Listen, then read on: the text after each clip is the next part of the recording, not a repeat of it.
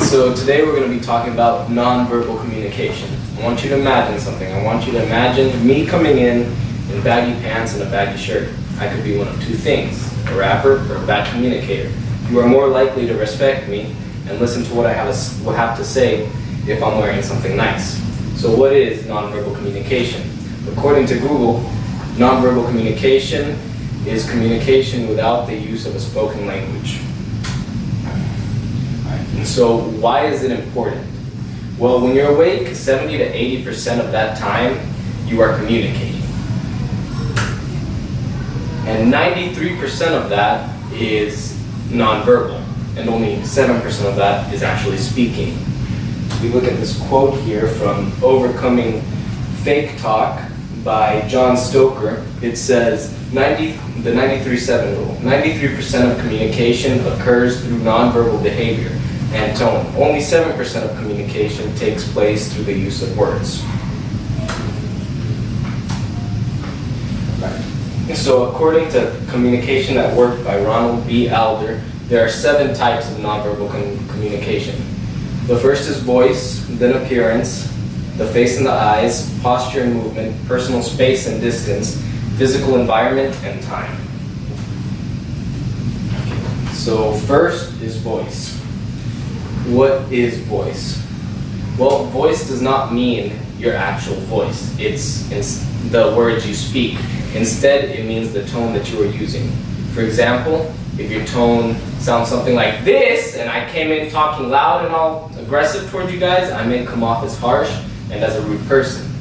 In the case of women who tend to use up talk when speaking, it may come off to the interviewer that they are not assertive or confident. Next is appearance. So what is appearance? Appearance can be many things, just the way you naturally look, which you can't control. So if you have pimples and warts all over your face, you are less likely to get a raise or the job over an attractive person. And then there's your weight. A fit guy has a higher chance of getting a raise or the job than a fatter guy or woman. Things like hairstyle and clothing, though, you can control. So you can dress yourself better, and that will increase your chances of doing better in the interview and getting the job. It's usually best to dress conservatively and not too casual, but you should research the company that you're applying at to figure that out. Next is the face and the eyes. So they are important. If you think about all the emojis you use on your phone while you're texting, you can tell a lot. If like a text is supposed to be funny and you use the laughing face, you'll know it's supposed to be funny. And so the eyes and facial expressions say much more than just words.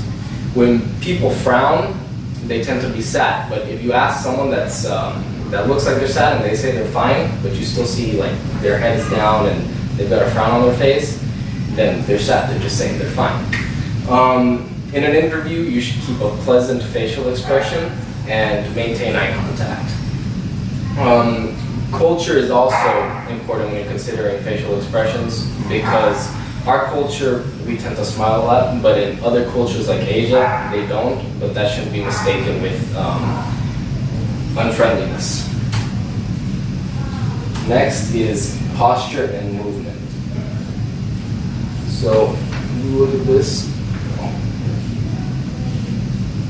Alright, so what is posture and movement? The body posture of anybody can change and adapt to any situation.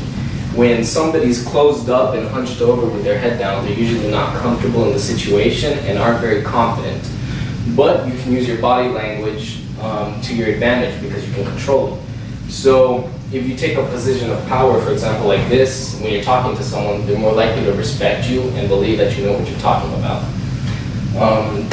So in an interview, it's a good idea to have a good posture. And you do not want to be fidgeting with your hands or your watch when talking, because you will appear nervous to the interviewer, and you don't want to be tapping your feet because you may be viewed as impatient and trying to hurry the interview. Next is personal space and distance. Alright, so the distance between two people can be really important. So if I come up to like Philip and start talking like this to him, it'll make him really uncomfortable.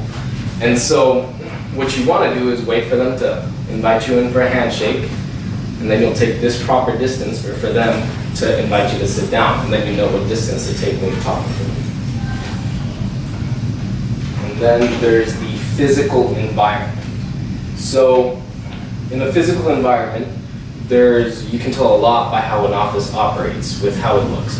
So if people are working close together, then you can expect to be working with people. But if everyone has their own office, then you'll expect to be working alone.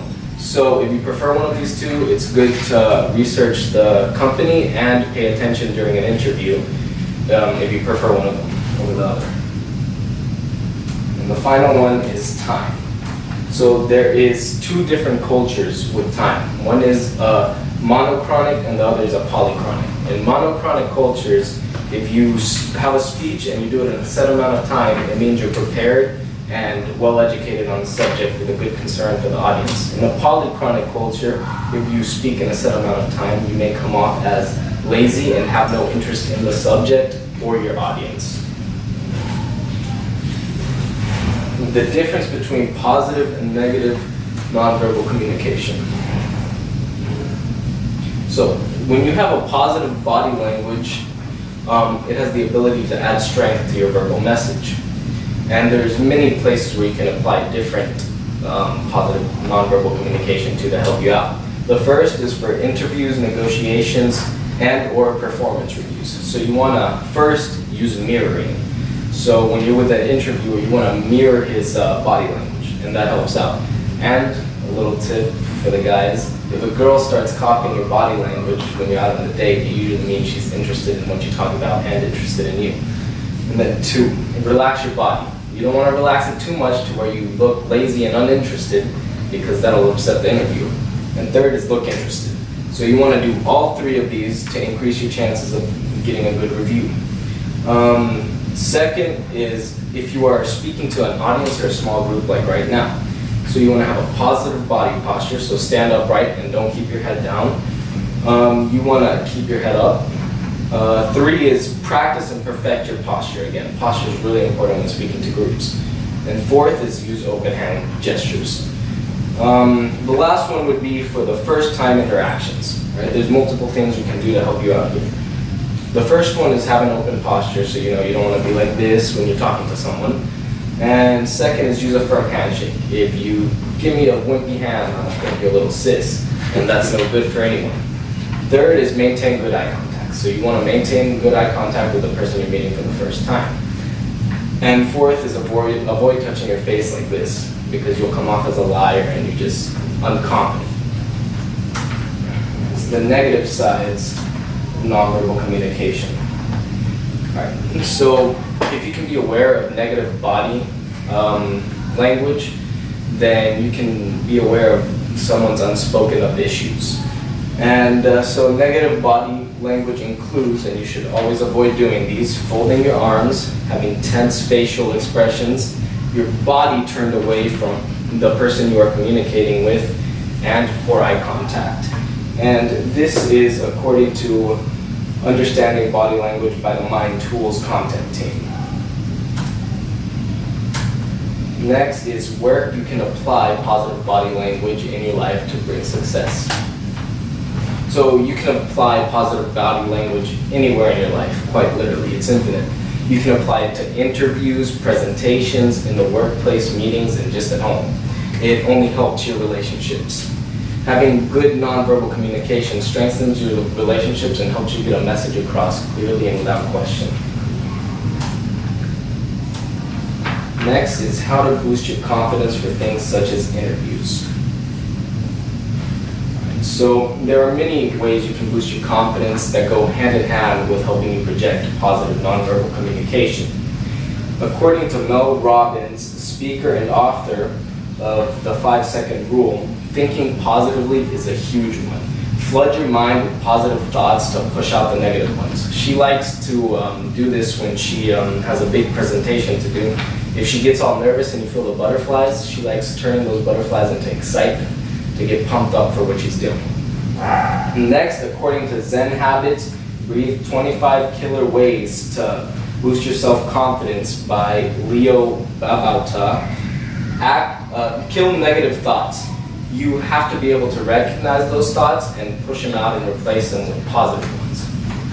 Next is act positive. You just can't think it, but you gotta act on it. And the last one, which is my favorite, is positive affirmations. This one works wonders. You gotta wake up every morning and go to a mirror. Any mirror is fine. Just look yourself in the eyes and tell yourself you're amazing, that you're a badass, and that you will conquer the day with ease. Do this every day and it will change your life.